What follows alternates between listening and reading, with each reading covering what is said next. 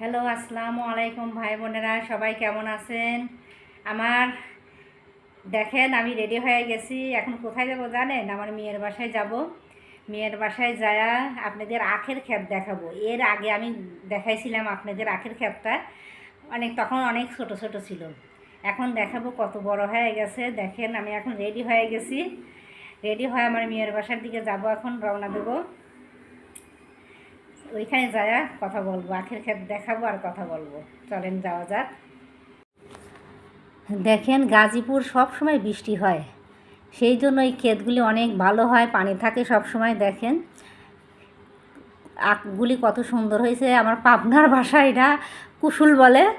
দেখেন কত সুন্দর লাগতেছে, সবুজ আর সবুজ। এই পুরোটা মনে হয় 3-4 বিঘে বেশিই হবে। দেখেন এই পাশ থেকে ওই পাশ পর্যন্ত একবার রোড, এই রোড থেকে আর এক রোড পর্যন্ত এই কুশুলগুলি দেখেন, দেখতে কত সুন্দর লাগতেছে। দেখেন এর দেয়ালের পাশেই আবার ওই যে কচু গাছ লাগাইছে, কচু গাছগুলি খুব সুন্দর হয়েছে।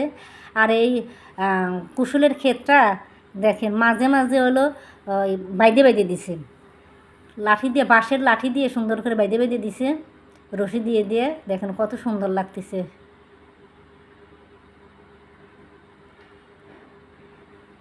ক্ষেতগুলি অনেক সুন্দর, সবুজ, দেখতে এমনি ভালো লাগে।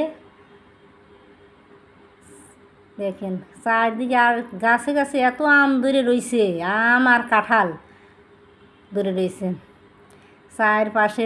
দেখেন ওই যে মাঝে মাঝে যে লাঠি দিয়ে দেখেন সুন্দর করে এক লাইন বাই লাইন বাইরে দিছে বাঁশের লাঠি দিয়ে। এই আপুর ভিডিওটা যদি ভালো লাগে অবশ্যই একটা করে লাইক দিয়ে যাবেন, আর সবাই ভালো থাকবেন। আল্লাহ হাফেজ।